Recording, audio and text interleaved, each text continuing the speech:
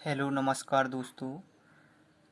आज हम प्रश्नावली 1.4 का प्रश्न 7 एवं 8 पढ़ेंगे।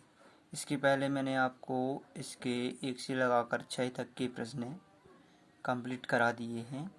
चलिए प्रश्न 7 देखेंगे।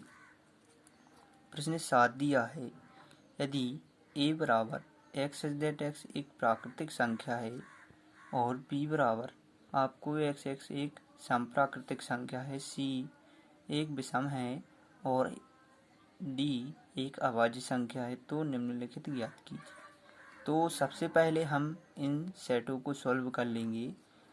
सबसे पहले हम a सेट को सॉल्व करेंगे। तो आपका a है जो एक प्राकृतिक संख्या है और हम जानते हैं कि प्राकृतिक संख्याएं जो 1 से लेकर अनंत तक जाती हैं प्राकृतिक संख्या कहलाती हैं। तो इस प्रकार आपका 1 2 3 4 डैश डैश डैश प्राकृतिक संख्या हो जाएंगी। फिर इसके बाद हम सम संख्याओं का समुच्चय ज्ञात करेंगे।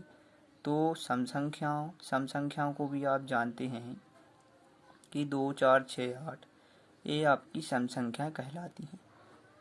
फिर इसके बाद हम सी सेट को सॉल्व कर लेंगे।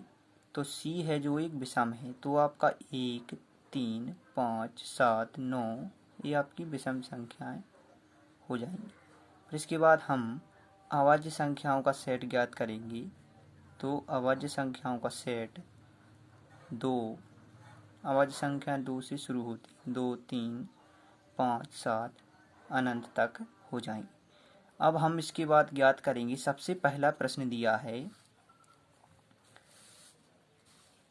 कि A इंटरसेक्शन B क्या है। तो इंटरसेक्शन का मतलब मैंने आपको बताया था कि जो दोनों सेटों में अवयव उपस्थित हों तो वह आपका इंटरसेक्शन कहलाता है। तो यहाँ पर देखेंगे कि A और B में कौन से अवयव अनिष्ट हैं। तो आप यहाँ पर देख सकते हैं कि A है जो प्राकृतिक संख्याओं का समुच्चय है। तो प्राकृतिक संख्या में सम, भाज्य, भाज्य एवं विषम संख्याएं होती हैं। तो आप कहेंगे कि इसमें से सम संख्याएं हैं जो आपकी वो अनिष्ट हो जाएंगी। तो 2 4 6 8 डैश डैश अनंत तक ये आपका आंसर हो जाएगा। फिर इसके बाद नेक्स्ट देखेंगे। इसमें आपको दिया है ए और सी का इंटरसेक्शन। तो ए और सी में देखेंगे कौन से अवयव अनिष्ट हैं। तो यहाँ पर देखेंगे कि विषम प्राकृतिक संख्याओं का समुच्चय, तो इसमें से विषम प्राकृतिक संख्याएं अनिष्ट हो जाएंगी। तो आपका 1 3 5 7 9 डैश डैश अनंत तक आंसर हो जाएगा। फिर इसके बाद देखेंगे ए इंटरसेक्शन सी। तो ये आपको ज्ञात करना है। तो आप देखेंगे कि डी है जो एक अभाज्य संख्याओं का समुच्चय। तो आपका अभाज्य संख्याओं का समुच्चय अनिष्ट हो जाएगा क्योंकि ए में प्राकृतिक संख्या दी है। क्योंकि प्राकृतिक संख्या में अभाज्य संख्या भी होती, तो आपका अभाज्य संख्या से वो अनिष्ट हो जाएगा। फिर इसके बाद देखेंगे बी और सी का यूनियन।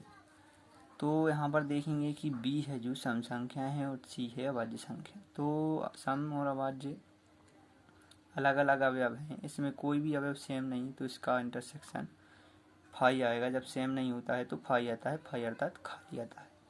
फिर इसके बाद देखेंगे आपको बी और डी का इंटरसेक्शन निकालना है। तो आप देखेंगे बी के अवयव सम संख्याओं में हैं 2 4 6 और डी है अभाज्य संख्या जो 2 से स्टार्ट होती है।